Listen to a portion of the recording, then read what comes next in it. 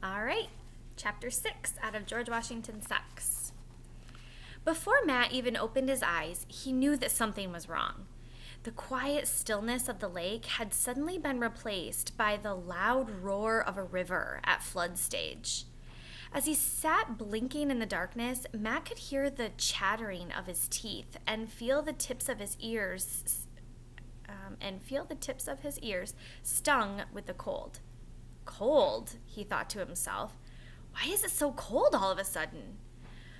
When he was finally able to focus his eyes, he saw Tony and Hooter sitting across from him, with Katie on the floor at their left. He turned to see Q sitting beside him in the boat. Boat? Matt cried. We're in the boat! How did we get here? And it's snowing! How can it be snowing in September? But his question went unanswered as the roar of the river drowned out his feeble cry. He and the rest of the horrified crew clung to the sides of the boat as it rushed down the swollen river. The little craft dipped and dived dangerously, crashing into large chunks of ice.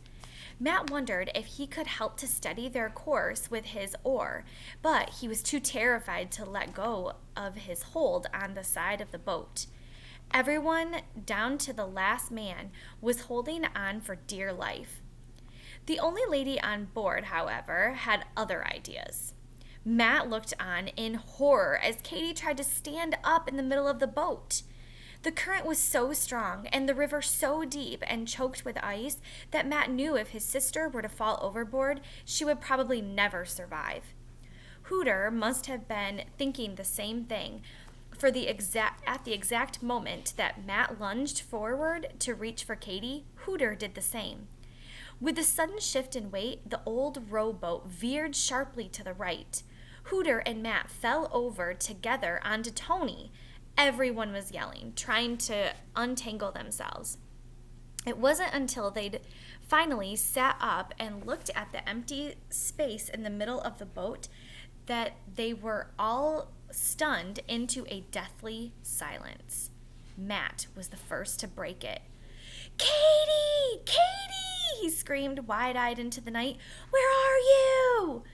But the only reply was the roar of the river and the crash of the ice. Their boat had come to an abrupt stop, and it sat lodged between two thick ice floes. The snow that had been falling was mixed with freezing rain, but Matt took no notice. Please, Katie, answer me! Where are you? He cried, leaning over the side of the boat. They all took turns calling her name and waiting for an answer, but none came. They sat for a long time, dazed, unable to believe what had happened. Meanwhile, the freezing rain lashed their faces and soaked through their sweatshirts. Q was the first to notice it. We've got to get out of this ice jam or we'll freeze to death, he called to Matt. But Matt was too distracted to hear. He was desperate to see a sign of Katie. He knew that if he could just see her, he'd jump out of the boat and save her. He wanted to jump out now, but the visibility was so bad there was no telling where she was. He felt as if the sea of blackness had swallowed her up, and the thought of his little sister struggling under the icy water was more than he could bear. He sat unable to move, paralyzed with fear and grief, watching the tiny beam of Q's flashlight in the darkness. His eyes were filled with tears as he buried his head in his hands. He thought of his mother and how he would have to tell her what had happened to Katie. He thought of his father, and he could see the look of disbelief and pain in his father's eyes. Katie, please don't be dead. Please, Katie, he sobbed. And once he began crying, he couldn't stop. Hooter traded seats with Q and put his arm around Matt. It's all my fault, Hoot. It's all my fault, Matt cried. Come on, Matt. It wasn't your fault. It was an accident. Hooter tried to console him. Meanwhile, as Q moved over to Hooter's seat, his flashlight shone on the inside of the boat. In the glow of the flashlight, he and Tony both noticed the cracked white letters next to Hooter's seat.